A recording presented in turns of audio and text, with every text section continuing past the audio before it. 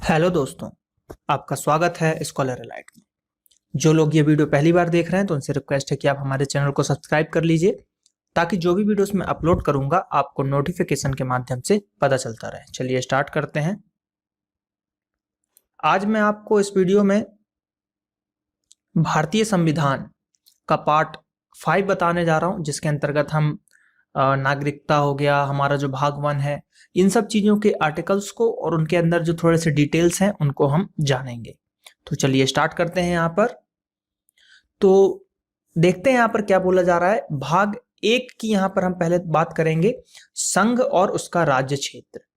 ठीक है, यानी कि यूनियन एंड इट्स टेरिटरी। तो इसके अंतर अगर हम बात करें तो संघ, ठीक है, यूनियन, संघ यानी यूनियन हो गया। तो ये बोला गया है हमारे भाग 1 में कि भारत जो है वो राज्यों का एक संघ है, यानी कि भारत सिर्फ भारत नहीं है, उसमें कई राज्य हैं, कई राज्यों को मिलाकर, उसके केंद्र शासित प्रदेशों को मिलाकर हम भारत को बोलते हैं। तो इसके अंतर्गत क्या है वो देख लेते हैं। भारत संघ का तात्पर्य भारत का राज्य क्षेत्र से भिन्न है। संघ में केवल वे राज्य हैं जो संघात्मक व्यवस्था के सदस्य के रूप में हैं और शक्ति के वितरण में जो संघ के हिस्सेदार हैं। भारत के राज्य क्षेत्र के अंतर्गत वह समस्त राज्य क्षेत्र हैं जिस पर जो है तत्समय भारत की प्रभुत्ता का विस्तार है। संघ राज्य क्षेत्र केंद्र शासित प्रदेश हैं और जिनका शासन राष्ट्रपति द्वारा नियुक्त प्रशासन के माध्यम से राष्ट्रपति चलाते हैं। यानी कि कहना यह चाह रहा है कि जो केंद्र शासित प्रदेश होते हैं, जैसा कि हमको पता है वहां पर सीएम नहीं होते, सिर्फ दिल्ली को अगर छोड़ दिया जाए तो दिल्ली एक अपवाद है जहां पर वहां का चीफ मिनिस्टर है। लेकिन बाकी जो केंद्र शासित प्रदेश हैं वहां की हम बात करें तो वहां पे गवर्नर्स होते हैं हमारे, तो जो कि राष्ट्रपति के द्वारा नियुक्त किए जाते हैं। राष्ट्रपति उनको शपथ दिलाता है, राष्ट्रपति जो है उनको नियुक्त करता है और राष्ट्रपति शासन एक तरीके से राष्ट्रपति के द्वारा जो है नियुक्त किए रहते हैं प्रशासक, वो वहां पर जो भी है कार्यकाल उनका संभालते हैं। तो मेनली कहा जाए तो एक तरीके से राष्ट्रपति शासन ही चलता है वहां पर, ऐसा हम बोल सकते हैं, ये कहना चाह रहा है। तो अगर हम कुछ बात करें कि जो हमारे अनुच्छेद हैं इसके अंतर्गत, भाग 1 के अंतर्गत जो अनुच्छेद आते हैं उसमें क्या क्या बोला जाता है, तो देखिए संविधान के अनुच्छेद 1 में अगर हम बात करें तो भारत को इंडिया से संबोधित करते हुए कहा गया है कि यह राज्यों का यूनियन है। तो कभी कभी क्वेश्चन ये आ जाता है कि इंडिया जो है वो कहां पे है, तो अनुच्छेद 1 में भारत को इंडिया से संबोधित किया गया है। ये क्वेश्चन भी कई बार पूछा जा चुका है। अगले बात करते हैं, भारत संघ की संसद अनुच्छेद 2 के अनुसार संघ में नए राज्यों का प्रवेश तथा उसकी स्थापना कर सकता है। यानी कि भारत की जो संसद के अनुच्छेद 2 जो है उसके अनुसार कई नए राज्य, जैसे कि अभी तेलंगाना बना था 2014 में, तो इसी अनुच्छेद 2 के तहत नए राज्यों को उसमें प्रवेश देने की अनुमति है अनुच्छेद 2 में। अनुच्छेद 3 की अगर हम बात करते हैं तो किसी राज्य से उसका राज्य क्षेत्र अलग करके अथवा 2 या अधिक राज्यों को या राज्यों के भाग को मिलाकर अथवा किसी राज्य क्षेत्र को किसी राज्य के भाग के साथ मिलाकर नए राज्य का निर्माण कर सकेगी, ऐसा कहा गया है अनुच्छेद 3 में। जैसे कि कैसे देखते हैं, किसी राज्य का क्षेत्र बढ़ा सकेगी, किसी राज्य का क्षेत्र बढ़ा दिया, मान लीजिए आप मध्य प्रदेश में है, अगर उसको क्षेत्र बढ़ाना है, जैसे छत्तीसगढ़ हमारे उससे अलग हो गया, अब मान लो बढ़ाना है छत्तीसगढ़ को, साथ में वो जोड़ सकता है, ये उसकी सरकार कर सकता है। किसी राज्य क्षेत्र को घटा सकती है, क्षेत्र को सीमा को घटा सकती है, घटा भी सकती है या बढ़ा भी सकती है। किसी राज्य क्षेत्र की सीमाओं में परिवर्तन कर सकेगी, जी हाँ, सीमा में परिवर्तन भी करेगी। ये किसके तहत बोला गया, ये बोला गया है अनुच्छेद 3 आर्टिकल 3 के तहत। किसी राज्य के नाम में भी परिवर्तन कर सकते हैं, जैसे कि हमारा पहले उड़ीसा था, अब उसको ओडिशा कर दिया गया है। तो ऐसे जो है नामों में परिवर्तन जो किए जाते हैं वो सब किए जाते हैं अनुच्छेद 3 के तहत। तो ये सब चीजें आपको याद रखना है कि अनुच्छेद 3 के तहत हम क्या क्या कर सकते हैं, हम नहीं, संसद क्या क्या कर सकती है, ये चीज हमको याद रखना है। 1 में इंडिया कहा गया है और राज्यों का संघ कहा गया है। 2 के अनुसार नए राज्यों का उसमें प्रवेश और उसकी स्थापना की जा सकती है। ठीक है, अब देखते हैं, इसी के बाद आता है राज्य पुनर्निर्माण एक्ट 1956। ठीक है, अब इसमें देखिए, राज्य पुनर्निर्माण एक्ट 1956 को भारत सरकार के द्वारा अपनाया गया था। इसके परिणाम स्वरूप नए राज्यों एवं संघ शासित क्षेत्रों का गठन हुआ। अपनाया गया 1956 में, लेकिन जो राज्य पुनर्गठन का जो आयोग था वो 1953 में ही हो गया था, और पहला भाषाई आधार पर जो राज्य बना था वो कौन सा था? आंध्र प्रदेश। ठीक है, आंध्र प्रदेश बना था आपका। अब अगर हम बात करें कि इसके पीछे की थोड़ी सी हिस्ट्री देखते हैं, देखिए क्या हुआ था। सबसे पहले जो है एसके धर कमेटी को बनाया गया था भाषाई आधार पर, जो राज्य बनना है उसके लिए एसके धर कमेटी को बनाया गया। तो उन्होंने अपनी रिपोर्ट दी। अब उन्होंने जब अपनी रिपोर्ट दी तो उस रिपोर्ट को चेक करने के लिए कांग्रेस का जो जयपुर, ठीक है, जयपुर अधिवेशन था, उसमें क्या हुआ कि जवाहरलाल नेहरू, पटाभी सीतारमैया और सरदार वल्लभ भाई पटेल, जेबीपी, ठीक है, ये जेपीबी, इसको जेबीपी याद रखिए, जेबीपी। तो जवाहरलाल नेहरू, वल्लभ भाई पटेल और पटाभी सीतारमैया, इनकी एक कमेटी को तैयार किया गया। इस कमेटी ने क्या किया, जो एसके धर कमेटी था, एसके धर कमेटी ने जो चीजें बताई थी उसको इन्होंने गलत बोल दिया। इन्होंने बोला नहीं, ऐसा नहीं हो पाएगा। तो जब ये चीज सुना तो आंध्र प्रदेश में एक रामुल्लू करके व्यक्ति थे जिन्होंने अनशन पे बैठ गए, खाना पीना नहीं खाएंगे। तो लगभग 53 दिन वो भूखे रहे, जिसके पश्चात उनकी मृत्यु हो गई। ठीक, मृत्यु हो गई। तो क्या हुआ, मृत्यु होने के बाद भाई पूरे आंध्र प्रदेश में आक्रोश फैल गया। तो ये सब चीजें बढ़ती गई। तो उस समय फिर क्या हुआ, भाषाई क्षेत्र पर जो है आंध्र प्रदेश को 1953 में उसको बना दिया गया। लेकिन सरकार ने जो उसको अपनाया था पुनर्निर्माण एक्ट, वो 1956 को अपनाया गया था। तो ये आयोग, इसके पीछे हिस्ट्री थी। कभी कभी ये क्वेश्चन पूछा जाता है कि जेबीपी आयोग किससे रिलेटेड है। एक फजल अली आयोग भी था। ठीक है, ये मध्य प्रदेश का, जब आप डिटेल देखेंगे वीडियो तो उसमें ये मैंने बताया हुआ है फजल अली के बारे में। अब देखिए यहां पर ये दो क्वेश्चन जो उठते हैं, दो क्वेश्चन बनते हैं, वो देखते हैं क्या बनते हैं। भारत राज्यों का भाषाई आधार पर पुनर्गठन किया गया था कब? 1956 में। तो ये एक क्वेश्चन बना। सेकंड क्वेश्चन है कि भारतीय संविधान भारत का वर्णन किस रूप में करता है? तो राज्यों का संघ के रूप में वर्णन करता है। तो इस टाइप के क्वेश्चन, ये वाला question I think MP PSC में बहुत पहले पूछा गया था, हाल ही में तो नहीं पूछा गया। ये पहले ये क्वेश्चंस पूछे जा सकते हैं, प्रीवियस ईयर में आप देख सकते हैं, आपको ये क्वेश्चन मिलेगा। तो ऐसे जो है कई क्वेश्चन पूछे गए हैं। मैंने 2-3 क्वेश्चन एसएससी के भी पीछे आपको स्लाइड्स में भी मैं बताऊंगा, मैंने डाले हैं जो क्वेश्चन मुझे इससे रिलेटेड मिले हैं। ठीक है, नागरिकता से रिलेटेड और ये संविधान से, एक्ट से रिलेटेड जो भी मिले हैं मैंने आपको बताया। चलिए कुछ और देखते हैं कि 1956 जो था, 1956 के बाद गठित राज्य। तो देखिए महाराष्ट्र एवं गुजरात 1960 में, दादर एवं नगर हवेली 1961, गोवा दमन दीप 1962, यहां पर पुडुचेरी 1962, नागालैंड 1963, हरियाणा चंडीगढ़ 1966, हिमाचल प्रदेश राज्य का दर्जा मिला इसको 1971 में, मणिपुर त्रिपुरा और मेघालय राज्य का दर्जा मिला 1972 में, सिक्किम को पूर्ण राज्य का दर्जा मिला 1975 में। ये बहुत बार आरआरबी यानी कि रेलवे में पता नहीं क्यों पूछा जाता है सिक्किम के बारे में, बहुत ही फेवरेट क्वेश्चन हो गया ये रेलवे का। अरुणाचल प्रदेश, मिजोरम एवं गोवा 1987। तो देखिए इनको राज्य का दर्जा मिला, लेकिन गोवा की अगर हम बात करें तो 1961 में गोवा जो है आजाद हुआ था, और 12th संविधान संशोधन, 12वें संविधान संशोधन के तहत जो है गोवा को हमारे भारतीय अंग में शामिल किया गया था। तो ये कभी कभी क्वेश्चन पूछा जाता है कि गोवा को किस संविधान संशोधन के तहत हमारे जो उसमें हमारे राज्यों में भारत के अंग में शामिल किया गया था। तो 12th संविधान संशोधन के तहत किया गया था। तो ये याद रखें।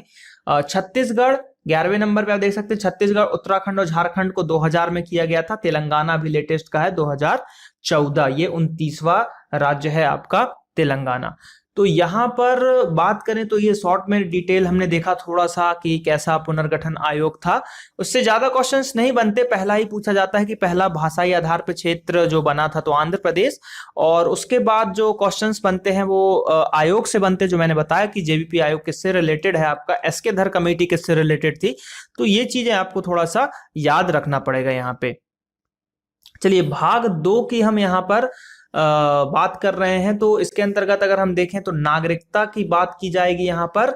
नागरिकता, देखिए नागरिकता मेनली है क्या, देखिए नागरिकता अगर हम बात करें तो मेनली एक दोहरी नागरिकता होती है, ठीक, और एक होती है एकल नागरिकता। ठीक है, एकल नागरिकता यानी कि पूरे देश में एक ही नागरिकता, और दोहरी नागरिकता यानी कि देश में दो तरीके की नागरिकता आपको मिलती है। जैसे दोहरी नागरिकता यूएसए में है, इंडिया में भी है दोहरी नागरिकता, लेकिन बात करें तो सिर्फ जम्मू एंड कश्मीर के JNK के उसमें, वहां पे जो है जम्मू एंड कश्मीर का अलग संविधान है, वहां पर आपको दोहरी नागरिकता मिलेगी कि एक आप भारत के हो और दूसरा आप जम्मू एंड कश्मीर के भी हो। तो इस तरीके से वहां पर दोहरी नागरिकता का प्रचलन है। लेकिन अगर भारत की ओवरऑल बात करेंगे तो भारत में एकल नागरिकता है। ठीक है, अब बात करते हैं यहां पर डिटेल में। देखिए क्या है कि जो कोई भी राष्ट्र है, देश है, उसमें निवास करने वाली जनसंख्या या दो वर्गों में उनको विभाजित है। एक है कि नागरिक और दूसरा है विदेशी, यानी कि जो हमारे मूल है, जो भारत के ही है तो वो भारतीय नागरिक कहलाएंगे, जो विदेशी है तो वो विदेशी रहेंगे, उनको नागरिकता प्राप्त नहीं है। अब देखिए, नागरिक की व्यक्ति वह होगा, यानी कि नागरिक वही होगा जिसको हमारे जो राज्य की ओर से सभी नागरिक और राजनीतिक अधिकार प्राप्त होंगे। यानी कि आप किसी भी राज्य में रह रहे हो तो आप नागरिक तभी कहलाओगे जब आपको उस राज्य की तरफ से आपके जो मौलिक कर्तव्य है, आपके मौलिक अधिकार हैं, वो सब अगर आपको प्राप्त है तो आप वहां के नागरिक कहलाओगे। लेकिन जैसे कि संघ शासन वाले, ठीक है, राष्ट्रों जैसे कि अमेरिका हो गया, स्विट्जरलैंड हो गया, वहां पे जो है दोहरी नागरिकता का प्रदान है, मतलब प्रावधान है।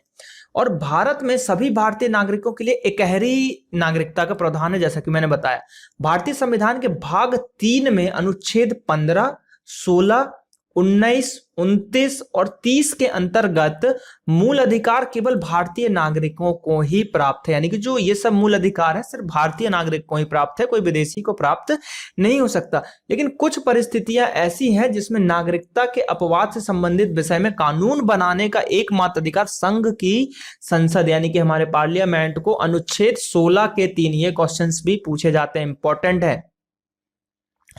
तो पूछ लिया जाता है कि जो हमारे मौलिक अधिकार हैं उससे रिलेटेड, नागरिकता से रिलेटेड अपवाद से संबंधित अगर कोई कानून बनाना है तो कौन बनाएगा, तो संसद बनाएगा। और किस आर्टिकल के तहत बनाएगा, तो अनुच्छेद 16 का 3 के तहत वो बनाएगा। तो ये आपको याद रखना है। तो मेनली देखिए, आपके दोहरी नागरिकता का भी क्वेश्चन आता है कि यूएसए में कौन सी है, तो दोहरी नागरिकता, और इंडिया की बात करें तो एकल नागरिकता। चलिए अब आगे बढ़ते हैं। यहाँ पर देखिए, विशिष्ट तथ्य, नागरिकता से रिलेटेड कुछ तथ्य देख लेते हैं। देखिए क्या कहा जा रहा है, संविधान के अनुच्छेद 5 से 11 में नागरिकता संबंधी उपबंध दिए गए हैं। कभी कभी पूछ लिया जाता है 5 से 11 आर्टिकल किससे रिलेटेड है, तो ये आपका नागरिकता से भी रिलेटेड है, ऐसा आपको लगाना है। संविधान के अनुच्छेद 5 में संविधान के प्रारंभ होने के समय की नागरिकता की व्याख्या की गई है। इस अनुच्छेद के अनुसार जो भारत के राज्य क्षेत्र में जन्मा था, जो संविधान लागू होने के ठीक पूर्व कम से कम 5 वर्ष तक भारत के राज्य क्षेत्र का मामूली तौर पर निवासी रहा हो, जिसके माता पिता में से कोई भी एक भारत क्षेत्र में जन्मा हो तथा भारत का नागरिक, उसको समझा जाएगा।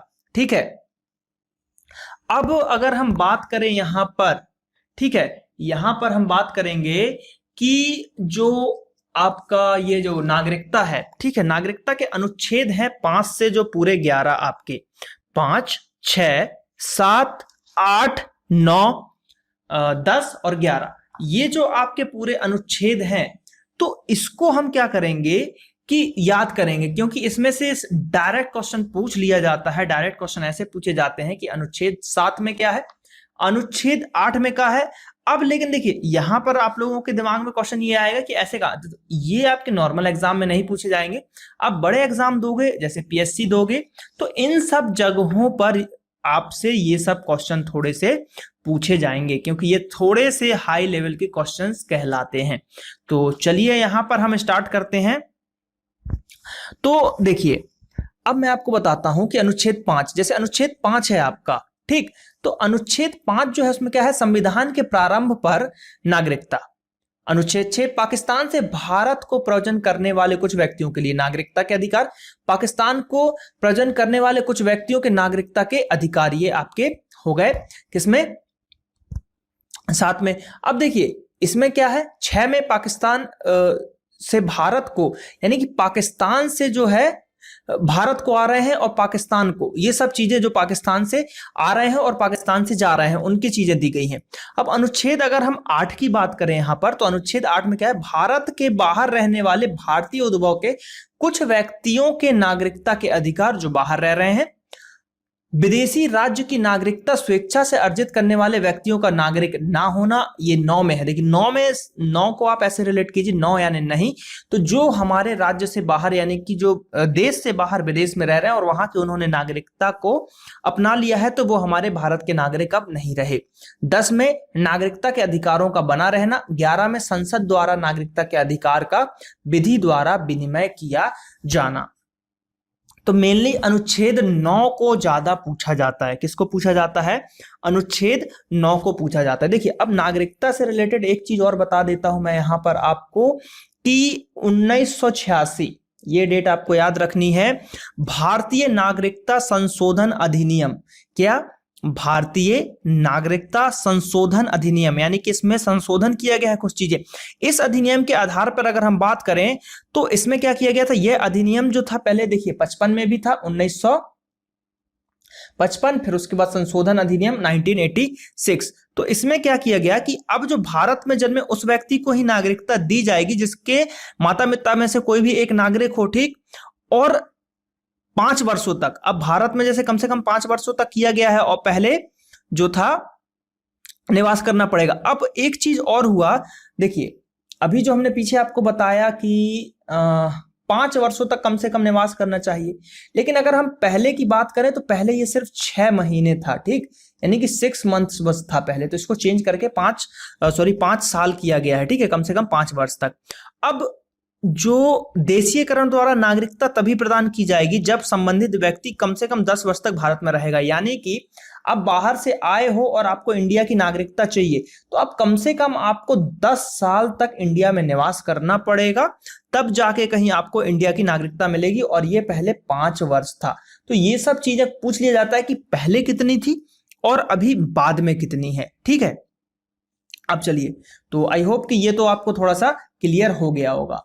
बात करते हैं नागरिकता के अंतर्गत कुछ चीजें।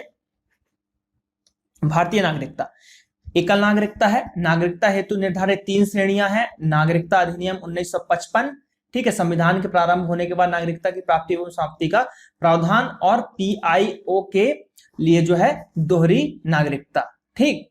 अब अगर हम बात करें, देखिए इसके अंतर्गत जो 3 श्रेणियां कौन कौन सी थी, तो देखिए इसमें देखते हैं। ऐसे व्यक्ति जिनका जन्म संविधान लागू होने था 26 जनवरी 1950 को या उसके पश्चात भारत में हुआ हो। शरणार्थी जो पाकिस्तान से भारत में प्रवासित हुए हैं। भारतीय जो दूसरे देशों में निवास करते हैं। तो इसके ये 3 आपके हो गए। अब नागरिकता की प्राप्ति जन्म से, वंशक्रम से, पंजीकरण से, देशीयकरण से और भूमि विस्तार के द्वारा, इस तरीके से जो है आप भारत की नागरिकता को प्राप्त कर सकते हैं। लेकिन वही सब चीजें हैं कि वही मिनिमम 5 साल, 10 साल, ये सब चीजें जो है डेट आपको थोड़ा सा याद करना पड़ेगा। यहां पर बात करते हैं नागरिकता को कैसे खो सकते हैं आप। परित्याग द्वारा आप सीधे परित्याग कर दो कि हम अब भारत के नागरिक नहीं रहना चाहते, हम किसी और दूसरे देश की नागरिकता है, जो भी परित्याग करना है आप सीधे आप सरकार को बोल सकते हो कि हमें हमारी नागरिकता खत्म कर दीजिए। दूसरे देश की नागरिकता अगर आपने ले ली तो ऑटोमेटिक आपकी नागरिकता खत्म हो जाएगी। यहाँ की नागरिकता को छीनकर सरकार के द्वारा आपकी नागरिकता को छीना भी जा सकता है, ठीक है, आपको छीना जा सकता है, देश निकाला भी दिया जा सकता है आपको। तो इस तरीके से नागरिकता को खोया जा सकता है। तो देखिए ये ज्यादा टफ टॉपिक नहीं है, नॉर्मल सिंपल 2-3 क्वेश्चन पूछे जाते हैं 5 से 11। क्या है नागरिकता, भाग 2 में आता है, कैसे नागरिकता को खो सकते हैं, यही सब चीजें 2-3 क्वेश्चन पूछी जाती है। देखते हैं 1-2 क्वेश्चन जो पूछे गए हैं प्रीवियस एग्जाम में। तो देखिए क्वेश्चन ये पूछा गया, एक व्यक्ति नागरिकता के अधिकार कैसे खो सकता है यदि वह दूसरे राज्य की नागरिकता को ले लेता है। ये देखिए SSC MTS मल्टीटास्किंग बहुत ही छोटे एग्जाम में ये पूछा गया था 2013 में ही। भारतीय संविधान के नागरिकता के प्रावधान कब लागू किए गए? तो ये तो 1949 में लागू किया गया था और ये पूछा गया है CGL में, यानी कि SSC CGL में आपका पूछा गया था, कमांड ग्रेजुएट लेवल जो एग्जाम होता है उसमें यहाँ पर पूछा गया था 2013 में ही। भारतीय संविधान का कौन सा अनुच्छेद संसद को नागरिकता का अधिकार जो है विनिमय करने की शक्ति देता है? तो यह देता है अनुच्छेद 11। संसद भारतीय संविधान का कौन से संसद को नागरिकता का अधिकार को विनियमित करने की शक्ति देता है? तो अनुच्छेद 11, ये आईएमपी क्वेश्चन है। ये एमटीएस के अलावा आपका आरआरबी यानी कि रेलवे और सीजीएल में भी पूछा जा चुका है। ये 2014 है, लेकिन आरआरबी और इन सब में ये क्वेश्चंस पहले भी पूछे जा चुके हैं। तो ये एक दो क्वेश्चन थे जो नागरिकता से रिलेटेड थे, संविधान से थोड़े से रिलेटेड थे इस एक्ट के। और आने वाले और वीडियोस में हम देखेंगे आगे के जो संविधान के हमारे पार्ट हैं उनके बारे में हम जानेंगे। तो आई होप कि ये वीडियो आपको अच्छा लगा होगा, और वीडियो अगर आपको पसंद आ रहे हैं तो वीडियोस को लाइक कीजिए, शेयर कीजिए अपने दोस्तों के साथ, और ज्यादा से ज्यादा वीडियोस को देखिए और सब्सक्राइब कीजिए और बेल आइकॉन पे हिट जरूर कीजिए ताकि आपको नोटिफिकेशन मिलते रहे। तो चलिए मिलेंगे हम आपसे अगले भाग में, जो कि होगा इसका डिटेल भाग 6। चलिए मिलते हैं अगले भाग में। Thank you. जय हिंद, जय भारत।